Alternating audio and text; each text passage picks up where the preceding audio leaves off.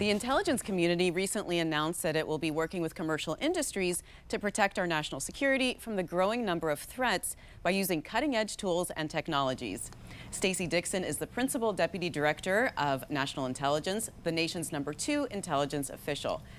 Deputy Director Dixon, it is so nice to have you here. Welcome. It's wonderful to be here. Thank you so much. I want to start with how the intelligence community is using new technologies to position itself for future threats. Fantastic question. And it's really interesting when you think about the technologies we need, because they aren't necessarily that different than the same types of technologies you might see that are out in the world. We just use them for different purposes. We may need them to be either faster or more sensitive, larger or smaller, depending on what the application is. But really, all the things that are out there that are being produced by industry, produced out there in academia, would be useful for the intelligence community. We use them for collecting information, so something that is listening, something that is recording, something that is observing or collecting photos or pictures. All of those things will contribute to our ability to understand what's happening in the world so that we can provide policymakers the information that they need to help determine the policies that the country will use in interacting with the rest of the world. You know, one of the big emerging technologies is facial recognition, yes, right? So that's really out there. iPhones use them. I wonder how that affects, spy operations and collection of information. It's really interesting to see how when the technology changes and matures out in just the regular world, how it does impact the way that we interact on the intelligence side and how we do our work. Something like facial recognition technology, fantastic applications to be able to, for example, from a very far distance, be able to observe that someone is someone who potentially has done something to harm someone in the past, someone who has done something to harm the country in the past. To catch them at a distance is wonderful. Where it becomes more difficult for the intelligence community, of course, is we also rely on being able to surreptitiously go places, to be able to go and collect the information that we need within intelligence, and certainly having all of the cameras around has made us have to change our tradecraft. But we are adapting and adjusting the tradecraft to be able to still operate in environments even when there are a lot of cameras or recording devices in locations. I want to ask you about protecting intellectual property, because that's a big issue for private companies. Yes. They're innovating, but then their ideas get stolen. So how is the intel community dealing with that issue? Some of it is awareness. We will work with Homeland Security, with the FBI, and also go out and share what we know about threats to technology, whether it is someone who is working at a lab, someone who is working in academia, who is taking the intellectual property of individuals who have developed these capabilities. We try to educate people so they know what the threats are, they know how the information can be stolen. A lot of it is taken through the internet, through through hacking, cyber attacks, things like that. Raising the awareness of the individuals who have information that could be stolen is step one. Making sure that they've got their cyber defenses strong is another step. And just making them aware that the things that they are developing are very valuable to others in other places who might seek to use the technology in ways that are harmful. Just raising that awareness, I think, also helps them understand what they need to protect and what they can do better in terms of being able to make sure that their information is more secure, whether it's on their computers or whether it's on hard copy, just making sure that they understand that it is their role also to protect it, while we will also do our part. You know, part of the intel's job is to kind of say, hey, there's a potential attack coming, there's something going on. Does that work for cyber as well? I mean, can you say, hey, it looks like there might be a ransomware attack coming against this piece of critical infrastructure? We do have, there's a role that the intelligence community plays, and then there's a role that the rest of the federal government plays in doing just that. With respect to the intelligence community, we are more focused on those contractors that are actually working for us and with us. The Department of Homeland Security, FBI, are definitely paying attention to the rest of the companies that are in there and providing that information. We may go and do joint briefings if we know that there's an attack forthcoming. We may see signatures in the networks that we're monitoring that also let us know something is happening, and we're creating better mechanisms to be able to communicate that to the company so that they can better protect themselves. And how are you working with private companies, especially smaller innovative companies and universities, to really bring in and leverage their innovation? There have been a number of ways that we're trying to communicate better what our priorities and requirements are. So what is it that we're trying to develop? Where would we benefit from having people in academia and industry come forward and show us the capabilities that they've already developed? So part of it is just making sure that they're aware of what we're interested in buying. The other side is we do also within the federal government writ large and specifically in the intelligence community fund, we have grants that fund innovative research. We have relationships that we've developed with a lot of universities to actually help them understand particular intelligence problems, and they can then tailor their solutions to those problems. So we are trying to figure out a way to make sure that anyone who has a capability that would benefit the intelligence community knows how to make us aware of what those capabilities are, and also knows how to work with us better through our contracting process, which can be a little more cumbersome than many of the small companies and academia are used to. And I know that your office, it doesn't just want to follow the emerging technologies that are coming out, but you want to shape the science and technology landscape. Tell me how you're doing that. That's absolutely true. We will be coming out with a larger intelligence community science and technology strategy that helps articulate some of the capabilities that we're looking for, whether it is in the realm of satellites or whether it is analytic tools or whether it is other collection things, other sensors that we need developed. That will give many in industry and academia kind of a roadmap of if you develop something in this space, we would be interested in knowing about it. In addition, we also have innovation centers that many of the organizations are developing, whether it's CIA labs or NGA's Moonshot Labs, or the NRO recently opened up a collaboration space where we can have better interactions with industry and academia at an unclassified level so that they can help us to achieve whatever the missions require by developing those capabilities for us. As that cyber threat landscape really evolves and hackers get more sophisticated, do you feel the intelligence community really has the resources and the skills needed to combat that? That's a great question. So resource-wise, I think as the threat grows, more investment is needed, and we are in the process of making more of those investments. The skills is an interesting question because I think we, for many years, have talked about the lack of having enough people in cybersecurity, not just for the intelligence community, not just for the federal government in general, across all of industry.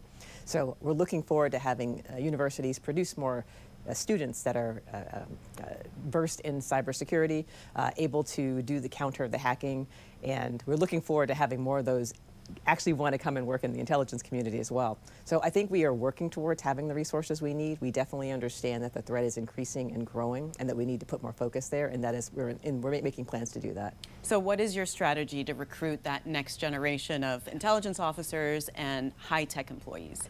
Part of it is making sure that people understand that working for the federal government, working for the intelligence community is really meaningful and worthwhile, and that there are a lot of opportunities for a lot of different kinds of skill sets. As I travel around talking to high school students and talking to college students, many of them have no idea about the intelligence community other than what they've seen on television or in the movies. And there is so much more to offer than just sort of what you see in sort of the spy space that makes it onto the big screen. So making sure they understand what the opportunities are, the kinds of challenges that we're working on, and at the end of the day, our goal is to help keep the country safe, and that we want people of all backgrounds, all disciplines, all experiences to come and work for us, because that makes us a stronger community. You're talking to high school students. You're really trying to start young. We are, and it's really interesting. I was out visiting just a month ago, some high school students who were working a project where they were doing analysis on some of the same topics that we analyze in the intelligence community. So seeing the thought process that they were already being taught in one of the programs that they were involved in was really impressive. So I have great hope for high school students who learn about intelligence early and then want to come and make that a career later.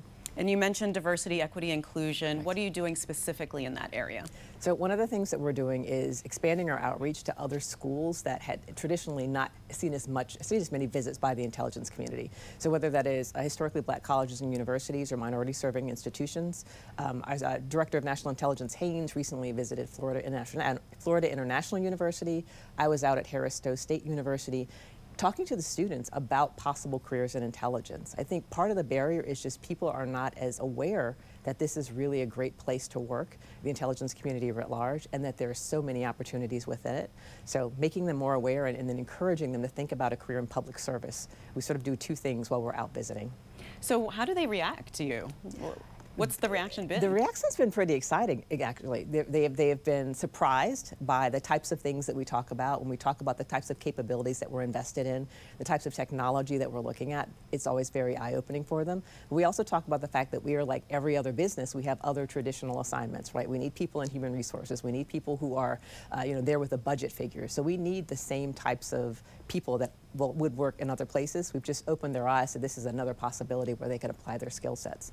And then we talk about our internship programs, which is a great way for college students to get in the door, to come try us out for a little while to see whether the intelligence community is something that they might want to focus on. But isn't there a big barrier to coming into the intelligence community given the highly classified nature of the work? And that's the other part of what we have to help explain a little bit better, that there is a security clearance process and that the earlier they make a decision to apply, the better, especially when we're talking to seniors who are about a month from graduating. It's a little too late for them to think that they're going to have an offer right when they graduate. So we really have to back up that time schedule. So talking to them earlier in their college career helps them to know that they've got to put their applications in sooner. We're also working very diligently to try to reduce the timelines that it takes for the hiring and security clearance process. So I'm hopeful in the future that those will be less barriers, because having to wait that long has been we've lost a lot of great candidates by them not being able to wait through the entire process. So Stacey, it's been 20 years since 9/11.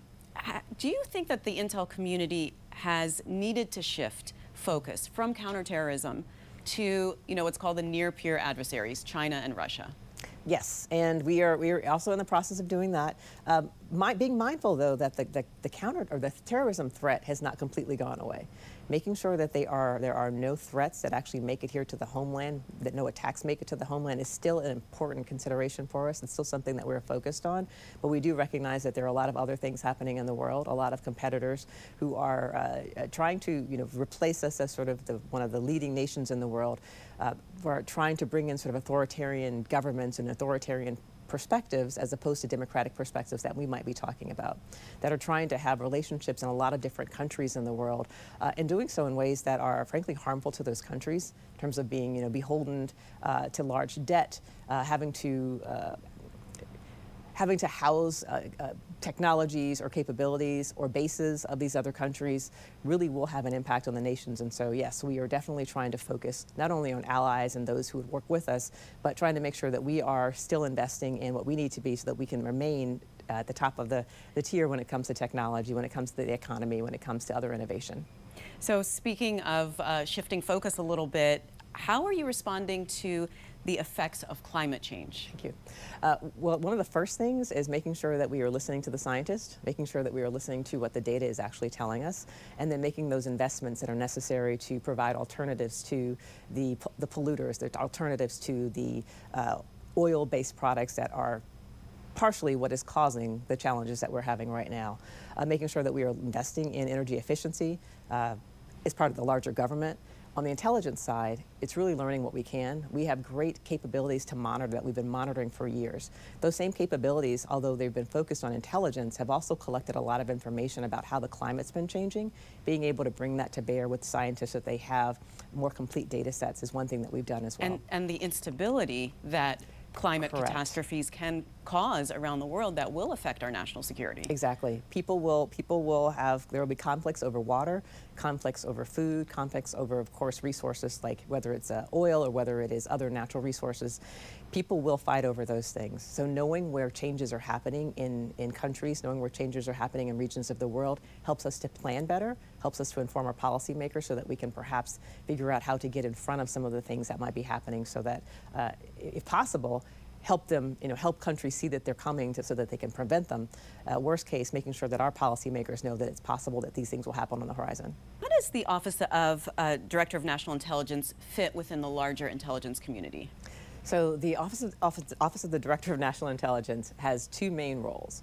The Director of National Intelligence herself is the principal intelligence advisor for the President. So there's a part of our organization that is supporting her, making sure that we are coordinating around the community, getting that integrated intelligence picture on whatever the topic is, making sure that we are also shaping and guiding the types of information that is being brought in. We'll make sure that the President's priorities, for example, are well known throughout all of the agencies, that they can bring to bear their particular disciplines to be able to collect the information. The other side of it is providing oversight over the community itself, the 18 elements of the intelligence community, making sure that we are stay on top of the types of things that they're investing in, looking at their human capital and their HR policies and processes, looking at all the things that govern each of the different organizations and making sure that they're following the guidance that we've set forth to kind of make us more unified as a community so that we can actually move forward together and provide the intelligence that's needed. So ODNI was created in 2005. It was a recommendation of the 9/11 Commission, Correct. essentially because there was a failure of coordination and connecting the dots leading up to that attack. Is it working now? I would say it's definitely working. If you look over the time period and you see the types of things that we've been able to do together as a community, I don't think that those folks that created the organization, that decided it needed to be there, I think they would be very pleased with what we've seen. However, having said that, times do continue to change and we can't be static. We need to continue to modify ourselves so that we can keep up with the threats that are out there. But if you look at the amount of integration, you look at the fact that we're able to come together to provide not only great solutions to some of the challenges that we're facing, but also that insight that the policymakers and decision makers need, I would say that the bringing together the community and having an Office of the Director of National Intelligence on top has definitely been in keeping with what those founders envisioned. So you've said that your specific role is as a problem solver and a bridge builder. Can you explain that? I can. I'll start with the bridge builder part first because I think that it's one of the largest roles.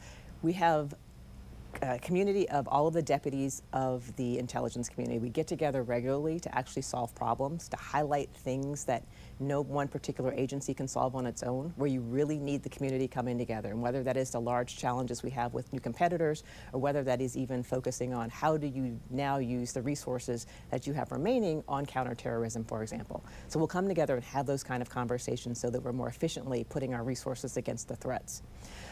Problem solver. You're an engineer. You don't even need to explain that one. I am an engineer, and so I'm always seeking problems to solve. One of the things, though, that in this seat that we can make sure that's happening as we commit to something, for example, we've committed to security clearance reform. How are all the different agencies going about that? How are we doing that in a collective space so that we can actually have the kind of outcomes, which is reduced timelines, while still having the quality outcomes that we need?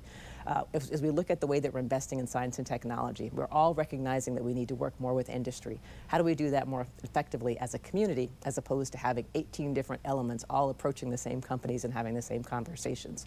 So by bringing people together, I feel that we can solve the problems a lot more effectively. I want to ask you about your personal story, because you were born and raised in D.C., and I know your parents were very accomplished people, but what was your path like going from, you know, living and growing up in D.C. to a PhD in engineering and then to the highest levels of the intelligence community? My journey is always fun to talk about.